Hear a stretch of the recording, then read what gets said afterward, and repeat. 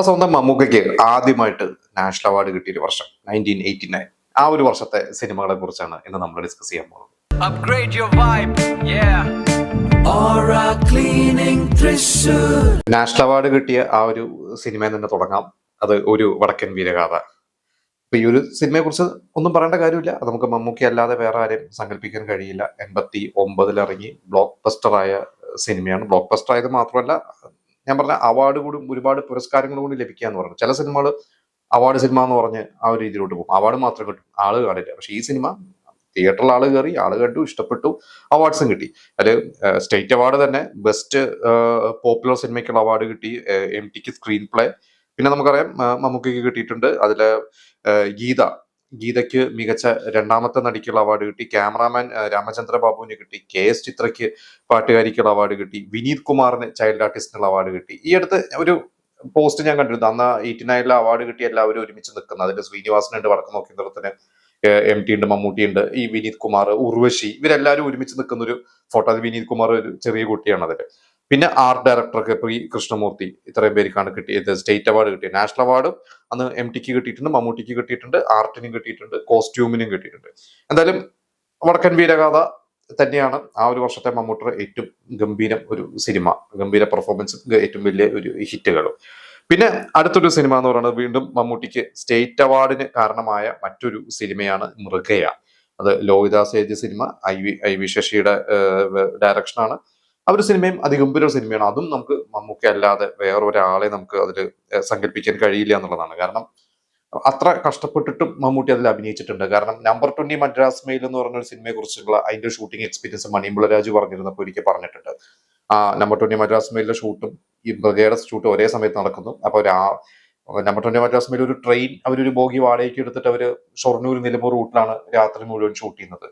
ഒരു 20 ദിവസത്തോളം ഷൂട്ടാണ്. അപ്പൊ മമ്മൂട്ടി രാവിലെ പാലക്കാട് ഒറ്റപ്പാലത്ത് ഈ പറയുന്ന മൃഗയുടെ ഷൂട്ട് നടക്കുന്നു. അപ്പൊ വൈകുന്നേരം ആകുമ്പോൾ മൃഗയുടെ മേക്കപ്പ് ഒക്കെ മാറ്റി മമ്മൂട്ടി ഒരു കാർ എടുത്ത് വരും.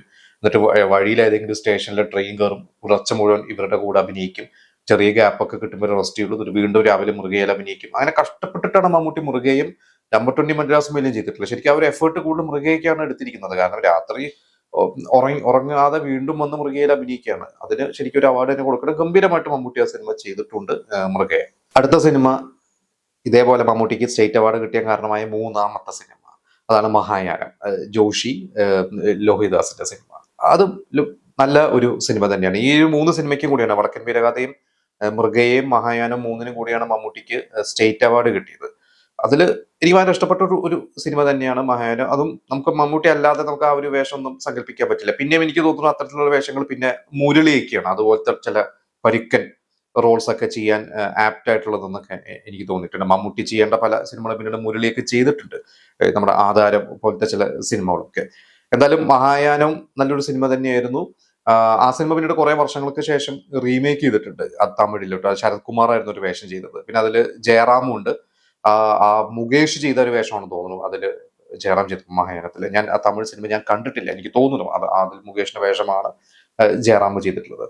പിന്നെ മറ്റൊരു സിനിമ എൻ്റെ ഒരു ഭയങ്കര ഫേവറേറ്റ് സിനിമയാണ്. അന്ന് വിചാരിച്ച പോലെ അത്ര ബ്ലോക്ക് ബസ്റ്റർ ആയില്ല, ചരിത്രം. GS വിജയൻ എന്ന ഡയറക്ടറുടെ ആദ്യത്തെ സിനിമ. SN സ്വാമിയുടെ ഒരു ഗംഭീരമായിട്ടുള്ള സ്ക്രിപ്റ്റാണ്. ഇത് റഹ്മാൻ ഉണ്ട്. അത് ഒരു ഇംഗ്ലീഷ് സിനിമയുടെ ഒരു ഇൻസ്പിറേഷൻ തന്നെയാണ്. അത് GS വിജയൻ തന്നെ ഈ അടുത്തൊരു ഇന്റർവ്യൂവിൽ പറഞ്ഞിട്ടുണ്ട്. ഇങ്ങനെ മമ്മൂട്ടിയുടെ ഡേറ്റ് കിട്ടിയിട്ട് പല കഥകൾ ആലോചിച്ചിട്ട് റെഡിയാവുന്നില്ല. അങ്ങനെ മമ്മൂട്ടി തന്നെയാണ് ഇങ്ങനെ ഒരു ഐഡിയ പറയുന്നത്, ഇങ്ങനെ ഒരു ഇംഗ്ലീഷ് സിനിമയുണ്ട്. അങ്ങനെ അതിന്നാണ് SN സ്വാമി ആ ഒരു സ്ക്രിപ്റ്റ് എഴുതുന്നത്. അത് ഒരു നല്ല ഒരു സിനിമയാണ്. നിങ്ങൾ പലരും കണ്ടിട്ടില്ലെങ്കിൽ ഞാൻ അതിന്റെ കഥ പറയുന്നില്ല, എങ്കിലും ഒരുവിധം എല്ലാവരും കണ്ടിട്ടുണ്ടാവും. ഭയങ്കര സസ്പെൻസും കാര്യങ്ങളൊക്കെ ഉള്ള ഒരു സിനിമ തന്നെയായിരുന്നു ചരിത്രം. അതും എനിക്ക് ഭയങ്കര ഇഷ്ടപ്പെട്ടിട്ടുള്ള ഒരു സിനിമ തന്നെയാണ്. അടുത്ത സിനിമ സിബി മലയിലെ സിനിമ മുദ്ര. അതായത് 88 എന്നൊരു വർഷം സിബി മലയിൽ മമ്മൂട്ടി ഒരു ഹിറ്റ് കൊടുത്തു, ഓഗസ്റ്റ് 1. അത് കഴിഞ്ഞിട്ട് അവർ സെറ്റ് ചെയ്ത സിനിമയാണ് മുദ്ര. ഓഗസ്റ്റ് 1 പോലെ അങ്ങനെ വലിയൊരു സൂപ്പർ ഹിറ്റ് അല്ല, എങ്കിലും ഹിറ്റാണ്. നല്ലൊരു സിനിമയാണ്. അതിൽ എനിക്ക് ഭയങ്കര ഇഷ്ടപ്പെട്ട ഒരു സിനിമയാണ്. ആ മമ്മൂട്ടി ഒരു ജയിൽ വാർഡനായിട്ട് വരണതും അവരുള്ള കുട്ടികളുടെ ജയില്, അവർ കുട്ടികളെ നന്നാക്കി എടുക്കുന്ന കുറെ പേരുണ്ട് അതിൽ. മഹേഷ്, സുധീഷ്, പിന്നെ ബൈജു ഉണ്ടെന്ന് തോന്നുന്നു. അങ്ങനെ കുറെ പേരുണ്ടല്ലോ അതിൽ. ലോഹിദാസിന്റെ സ്ക്രിപ്റ്റ്, നല്ലൊരു പാട്ട്. ആ പാട്ട് പാടി അഭിനയിക്കാൻ, അതിൽ ആ സിനിമ സീനിൽ അഭിനയിക്കാൻ ഭാഗ്യം കിട്ടിയത് സുധീഷിനാണ്. അതിൽ അങ്ങനെ വലിയൊരു ഹീറോയിസോ മറ്റു കാര്യങ്ങളൊന്നും ഇല്ലാത്ത മമ്മൂട്ടിയുടെ വളരെ ഒരു സോഫ്റ്റ് ആയിട്ടുള്ള സിനിമ, നല്ലൊരു സിനിമ അത് തന്നെയായിരുന്നു മുദ്ര. അടുത്തത് കെ മധു എസ് എൻ സമി മമ്മൂട്ടി കൂട്ടിയിട്ട സിനിമ അടിക്കുറുപ്പ്. അതും നല്ല ഒരു സിനിമയാണ്.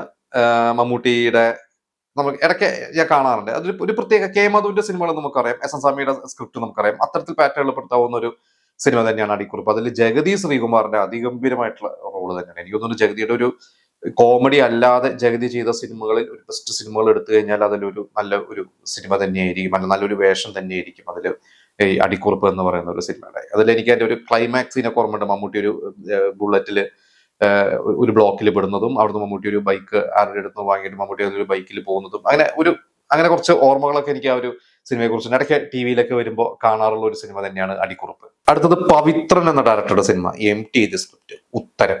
ഉഗ്രൻ സിനിമ തന്നെയാണത്. ആ സിനിമ അങ്ങനെ വലിയ സൂപ്പർ ഹിറ്റ് അല്ല, പക്ഷെ നല്ലൊരു സിനിമ, നല്ലൊരു ഇൻവെസ്റ്റിഗേഷൻ. അതിൽ നിങ്ങൾ എല്ലാവരും സിനിമ കണ്ടിട്ടുണ്ടാവും. അതിൽ പാർവതി ഉണ്ട്, പിന്നെ സുവർണയുണ്ട്, നമ്മുടെ വൈശാലിലൊക്കെ അഭിനയിച്ച ഒരു ചെറിയൊരു ഇൻസിഡന്റ്. അത് മമ്മൂട്ടി അത് അന്വേഷിച്ച് കണ്ടെത്തുന്നതാണ് അതിൽ ആ ഒരു ഇതെന്ന് പറയുന്നത്. എനിക്ക് ഒരുവിധം നമ്മളെ 90s കിഡ്സ് ഒക്കെ ആ സിനിമ കണ്ടിട്ടുണ്ട്. ഞാൻ ടി വിയിൽ വന്നിട്ടാണ് ആ സിനിമ കണ്ടിട്ട്. ഒരിക്കൽ ചെറുപ്പത്തിലെ സിനിമ കണ്ടിട്ട് ശരിക്കും പൂർണ്ണമായിട്ട് മനസ്സിലായില്ല. അത് അതിന്റെ ഒരു കഥയും കാര്യങ്ങളും അറിയുന്നവർക്ക് അറിയാം. പിന്നീട് കുറച്ച് കഴിഞ്ഞ് ഞാൻ പിന്നെ കോളേജിലേക്ക് എത്തിയ ശേഷമാണ് വീണ്ടും അന്ന് ആ ഒരു DVD ഒക്കെ ഇറങ്ങുന്ന ഒരു സമയമാണ്. അപ്പൊ DVD ഒക്കെ എടുത്തിട്ടാണ് പഴയ കുറെ 80s 90s സിനിമകളൊക്കെ പിന്നെയും കണ്ടിട്ടുള്ളത്. അങ്ങനെ കണ്ടൊരു സിനിമയാണ്. എനിക്ക് ഭയങ്കരമായിട്ട് അതിന്റെ ഒരു ക്ലൈമാക്സ് ഒക്കെ എനിക്ക് അതൊരു MTയുടെ ഒരു എഴുത്തും പവിത്രന്റെ ഒരു ഡയറക്ഷനും ഉണ്ട്. പിന്നെ അത് രണ്ടും കൂടി വന്നു കഴിഞ്ഞപ്പോൾ അത് നമുക്ക് നല്ലൊരു ഡിഫറെന്റ് ആയിട്ടുള്ള സിനിമ കിട്ടി. പക്ഷെ അതങ്ങനെ ബോക്സ് ഓഫീസിൽ അങ്ങനെ വലിയൊരു വിജയം എങ്കിലും ഒരു 50 ദിവസത്തിന് മുകളിലൊക്കെ ഓടിയിട്ടുണ്ട്. പക്ഷെ ഞാൻ ഈ പറഞ്ഞ ഒരു ബ്ലോക്ക് ബസ്റ്റർ എന്ന ലെവലിലോട്ട് പോയൊരു സിനിമയല്ല. പക്ഷെ എങ്കിലും നല്ല ഒരു സിനിമയുടെ ഗണത്തിൽപ്പെടുത്താവുന്ന സിനിമ തന്നെയാണ് ഉത്തരം. അടുത്തത് ഡെന്നിസ് ജോസഫ് ഡയറക്ട് ചെയ്തിട്ടുള്ള സിനിമ അഥർവം. അത് ഷിബു ചക്രവർത്തിയാണ് എന്റെ സ്ക്രിപ്റ്റ്. ഷിബു ചക്രവർത്തി എന്ന് പറയുമ്പോൾ ഡെന്നിസ് ജോസഫിന്റെ സ്വന്തം അനിയനെ പോലെ തന്നെയാണ്, സുഹൃത്തിന്റെ അനിയനാണ്. അപ്പൊ ഇവരൊരുമിച്ചുണ്ട്. ഡെന്നിസ് ജോസഫ് ഡയറക്ട് ചെയ്യുന്ന സിനിമകളിൽ ഷിബു ചക്രവർത്തി ആയിരിക്കും എന്റെ ഒരു സ്ക്രിപ്റ്റ് ചെയ്യുന്നത്. പക്ഷെ ഞാൻ വിശ്വസിക്കുന്ന ഡെന്നിസ് ജോസഫിന്റെ മനസ്സിലുണ്ട് എന്താ വേണ്ടതെന്നൊക്കെ. അത് ഒപ്പം മനസ്സറിയുന്ന ഒരാൾ എഴുതുക എന്ന് പറയുമ്പോൾ ഒരു നല്ലൊരു സ്ക്രിപ്റ്റ് കിട്ടും എന്നുള്ളതാണ്, കുറച്ചുകൂടി കംഫർട്ടബിൾ ആണ്. അഥർവം എന്ന സിനിമ അത് ഇളയരാജയുടെ മ്യൂസിക്, അതിഗംഭീരമായിട്ടുള്ള മ്യൂസിക്കാണ്. അപ്പൊ ശരിക്കും ആ ഒരു അഥർവം സിനിമയെ കുറിച്ചൊക്കെ ആലോചിച്ചിരുന്ന സമയത്തൊക്കെ എനിക്ക് തോന്നുന്നു ഡെന്നിസ് ജോസഫിനെ പറഞ്ഞിട്ടുണ്ട്. ആദ്യം പിക്നിക് എന്ന ഒരു സിനിമയുണ്ട് പണ്ട് പ്രേം നസീറിന്റെ.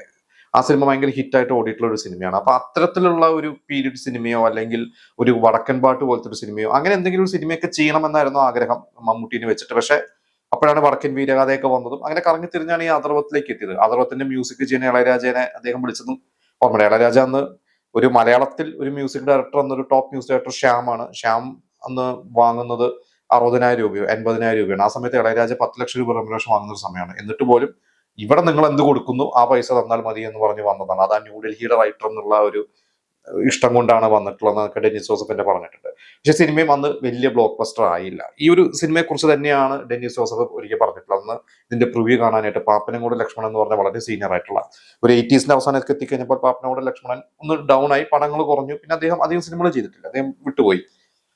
അന്ന് പാപ്പനോട് ലക്ഷ്മണന്റെ പ്രിവ്യൂ കണ്ടിട്ട് പറഞ്ഞത് നല്ലൊരു സിനിമയാണ്, പക്ഷെ ഇതൊരു ബോക്സ് ഓഫീസിൽ എത്രത്തോളം വിജയിക്കുമെന്ന് നീ പ്രതീക്ഷിക്കരുതെന്ന് ഡെന്നിസ് ജോസഫിനോട് പറഞ്ഞു എന്നാണ് പറയുന്നത്. പറഞ്ഞ പോലെ തന്നെയാണ്. അതങ്ങനെ വലിയ ബോക്സ് ഓഫീസ് വിജയമല്ല, പക്ഷെ നല്ല ഒരു ക്വാളിറ്റി സിനിമ എന്നുള്ള രീതിയിൽ, ഒരു ക്ലാസ് സിനിമ എന്ന രീതിയിൽ അന്ന് അവർ സിനിമ പേരെടുത്തിരുന്നു.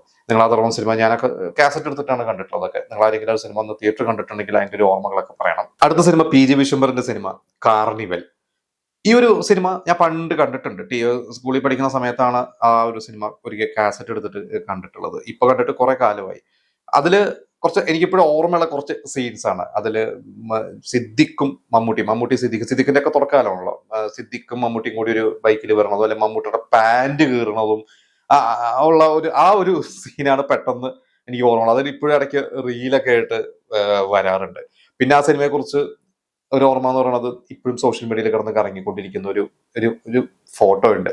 അതില് ഇതിന്റെ ക്രൂ മമ്മൂട്ടിയും ബാബു ആന്റണിയും സുകുമാരനും വിത്ത് മമ്മൂട്ടിയുടെ ഫാമിലി, സുകുമാരന്റെ ഫാമിലി ഒക്കെ ഇരിക്കുന്നതല്ല. അതിൽ ദുൽഖറും പൃഥ്വിരാജും ഇന്ദ്രജിത്തും ദുൽഖറിന്റെ ചേച്ചിയും ഇവരെല്ലാവരും കൂടെ അതിൽ പൃഥ്വിരാജ് അതിൽ ബാബു ആന്റണിയുടെ മടിയിലിരിക്കുന്നതും നിങ്ങൾ പലരും കണ്ടിട്ട്. ആ ഫോട്ടോ ഇപ്പോഴും കിടന്ന് കറങ്ങിക്കൊണ്ടിരിക്കുന്നുണ്ട് പല ഗ്രൂപ്പുകളൊക്കെ. എനിക്കപ്പോ ഈ കാർണിവൽ സിനിമയെ കുറിച്ച് പറയുമ്പോഴൊക്കെ ആ ഒരു രംഗമാണ് ഓർമ്മ വരണം, അല്ലെങ്കിൽ ആ ഒരു ഫോട്ടോയാണ് ഓർമ്മ വരണത്. അടുത്ത സിനിമ സത്യനന്ദിക്കാടിന്റെ സിനിമ.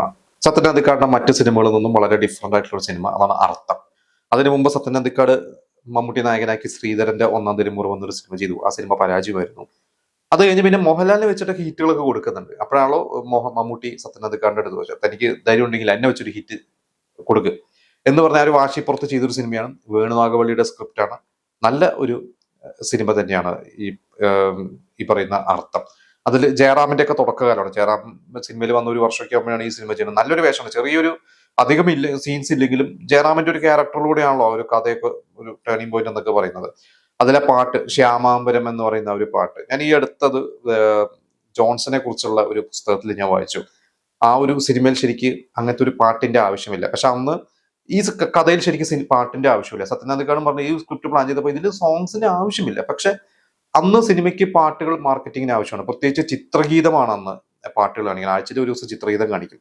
അപ്പൊ ചിത്രഗീതത്തിൽ പാട്ട് കണ്ടാൽ ആ പാട്ട് കണ്ടിട്ട് വേണം ആൾക്കാർ തിയേറ്ററിൽ വരാൻ. അതൊരു പ്രധാന മാർക്കറ്റിംഗ് തന്ത്രമാണ്. അപ്പൊ അതിനു വേണ്ടി ഒരു പാട്ട് ഉണ്ടാക്കിയതാണ്. അതാണ് ശ്യാമാംബരം എന്ന് പറയുന്ന ആ ഒരു പാട്ട്. എന്തായാലും നല്ലൊരു ആ റോളൊക്കെ എനിക്ക് തോന്നുന്നത് മമ്മൂട്ടിക്ക് മാത്രം ചെയ്യാൻ പറ്റാവുന്ന ഒരു ക്യാരക്ടറാണ്. എനിക്ക് ഭയങ്കര ഇഷ്ടപ്പെട്ട സിനിമ തന്നെയാണ് അർത്ഥം. അടുത്ത സിനിമ ജോഷിയുടെ നായർ സാബ്. വീണ്ടും മമ്മൂട്ടിക്ക് മാത്രം ചെയ്യാൻ പറ്റാവുന്ന ഒരു ക്യാരക്ടറാണ്. നായർ സാബ് ഇപ്പൊ സിനിമ ശരിക്കും കുറച്ച് ഡിലേ ആയിട്ടാണ്. കാരണം 87 ന്യൂഡൽഹി ഇറങ്ങുമ്പോൾ ഇവർ നായർ സാബിന്റെ ഷൂട്ടിൽ അവിടെ കാശ്മീരാണ്. അത് പലപ്പോഴും നിങ്ങൾ എല്ലാവരും അറിയുന്നുണ്ടോ, ഡെന്നിസ് ജോസഫ് ഒക്കെ പറഞ്ഞിട്ടുണ്ട്. അന്ന് ദിവസം ഷൂട്ടൊക്കെ ക്യാൻസൽ ചെയ്ത് ന്യൂഡൽഹിയുടെ റെസ്പോൺസ് അറിയാൻ വേണ്ടി ഇവർ ഇരിക്കുകയായിരുന്നു. ആ സിനിമ പക്ഷേ 87 ഷൂട്ട് തുടങ്ങിയിട്ടും 87 ജൂലൈയിൽ ഷൂട്ട് തുടങ്ങിയിട്ടും ആ സിനിമ ഇറങ്ങുന്നത് 89 ഓണത്തിനാണ്. അത് കുറെ ഡിലേ വന്നത് എനിക്ക് തോന്നുന്നു പല ലൊക്കേഷൻസും ചിലപ്പോൾ സെൻസർ പ്രശ്നങ്ങളൊക്കെ ആയിരിക്കും. പിന്നെ ലിബർട്ടി ബഷീറാണ് പ്രൊഡ്യൂസ് ചെയ്തിരിക്കുന്നത്. ലിബർട്ടി ബഷീർ അന്ന് എനിക്ക് തോന്നുന്നു 2 സിനിമ, ചിത്രവും ഈ നായർ സാബും 2 സിനിമയും ഒരുമിച്ച് ചെയ്യാനിരുന്നത്. പിന്നീട് ഒന്ന് PKR പിള്ള ചെയ്തു. അതോ PKR പിള്ളയ്ക്ക് ചിത്രവും നായർ സാബും ചെയ്യാൻ വന്നിട്ട് PKR പിള്ള അതിൽ ചിത്രം ഏറ്റെടുത്തിട്ട് ഇത് ലിബർട്ടി ബഷീറിന് കൊടുത്തതോ അങ്ങനെ എന്തോ ആണ്. എന്തായാലും നായർ സാബ് ഹിറ്റ് ആയിട്ടുള്ള സിനിമയാണ്. 89 ഓണത്തിന് റിലീസായി. അന്ന് ഭയങ്കര ഹിറ്റായി. നല്ല ഒരു സിനിമയാണ്. വലിയ സ്റ്റാർ കാസ്റ്റ് ആണ് ഇന്ന് നോക്കുമ്പോൾ. അതിൽ മമ്മൂട്ടി കൂടാതെ നമുക്കറിയാം സുരേഷ് ഗോപി ഉണ്ട്, മുകേഷ് ഉണ്ട്, ലിസി ഉണ്ട്, സുമലത ഉണ്ട്, ഒരുപാട് പേരുണ്ട് ആ ഒരു സിനിമയിൽ. ഡെന്നിസ് ജോസഫിന്റെ സ്ക്രിപ്റ്റ്, അവരുടെ ഒരു കൂട്ടുകെട്ടിലെ ഒരു ഹിറ്റ് സിനിമ. അടുത്തത് ജാഗ്രത, CB ഡയറി കുറിപ്പിന്റെ തുടർച്ചയായിട്ട് വന്ന സിനിമ. ശരിക്കും അത് നല്ല സിനിമയാണ്. നമുക്ക് ഇപ്പോൾ കാണുമ്പോഴും നല്ല രസമുള്ളതാണ് ജാഗ്രത എന്ന് പറയുന്ന ഒരു സിനിമ. പക്ഷെ അന്ന് CB ഡയറി കുറിപ്പ് ഇറങ്ങി ഒരു 1.5 വർഷം കഴിയുമ്പോഴാണ് ഈ സിനിമ ഇറങ്ങുന്നത്. 87 CBI, 89 ജാഗ്രത. പക്ഷെ ജാഗ്രത അന്ന് വലിയ ഹിറ്റ് ആയില്ല. അത് കഴിഞ്ഞിട്ട് പിന്നീട് കുറെ നാളുകൾ കഴിഞ്ഞിട്ടാണ് നമുക്കറിയാം തേർഡ് പാർട്ട് ഇറങ്ങി സേതുരാമയ്യർ CBI. അത് ഭയങ്കര സൂപ്പർ ഹിറ്റായി. പക്ഷെ നേരെ അറിയാൻ CBI തൊട്ടടുത്ത വർഷം ഇറങ്ങിയപ്പോൾ അങ്ങനെ വലുതായിട്ട് വിജയിച്ചില്ല. ഇപ്പൊ 5ാം ഭാഗം ഇറങ്ങിയപ്പോഴും 5ാം ഭാഗം ലാഭമാണ് പ്രൊഡ്യൂസർക്ക്. നെറ്റ്ഫ്ലിക്സ് ഒക്കെ നല്ലോണം ഇപ്പോൾ OTT നെറ്റ്ഫ്ലിക്സിൽ ഏറ്റവും കൂടുതൽ ആളുകൾ കണ്ട മലയാള സിനിമകളിൽ ഒന്നാണെന്നാണ് അനലിറ്റിക്സ് എടുത്തവര് പുറത്തുവിട്ടപ്പോൾ പറഞ്ഞത്. CBI 5. പക്ഷെ ഞാൻ പറഞ്ഞു തന്നെ എന്തായാലും ജാഗ്രത അന്ന് CBI ഡയറി കുറിപ്പിന്റെ ഒരു കമ്പാരിസൺ വന്നുകൊണ്ടാണോ എന്ന് അറിയില്ല. അന്ന് വിചാരിച്ച പോലെ ആ സിനിമ അങ്ങോട്ട് ഏറ്റില്ല എന്നുള്ളതാണ്. പക്ഷെ നല്ലൊരു സിനിമയുടെ ഇതിൽ പെടുത്താവുന്ന ഒരു സിനിമ തന്നെയാണ്. അപ്പൊ 89 എന്ന് പറഞ്ഞ വർഷം ഇത്രയും സിനിമകളാണ്. നമുക്കിതിൽ ഹിറ്റുകളുണ്ട്, ഫ്ലോപ്പുകളുണ്ട്. പക്ഷെ ഒരു സിനിമയും നമുക്കിതിൽ മോശം എന്ന് പറയാൻ പറ്റില്ല. ഇന്നും നമ്മൾ റിപ്പീറ്റ് കാണുന്നത്. എനിക്ക് ഉറപ്പാണ് അതിൽ ഒരു സിനിമയും മോശമാണെന്ന് നമ്മൾ ഇന്ന് ഒരാളും പറയില്ല. അത് അത്തരത്തിലുള്ള സിനിമകൾ തന്നെയാണ്. അത് ഇതിൽ നിങ്ങളുടെ ഫേവറേറ്റ് സിനിമകൾ, നിങ്ങളന്ന് തിയേറ്ററിൽ വെക്കുന്ന സിനിമകൾ ഉണ്ടെങ്കിൽ നമുക്ക് കമന്റ് ചെയ്യുക.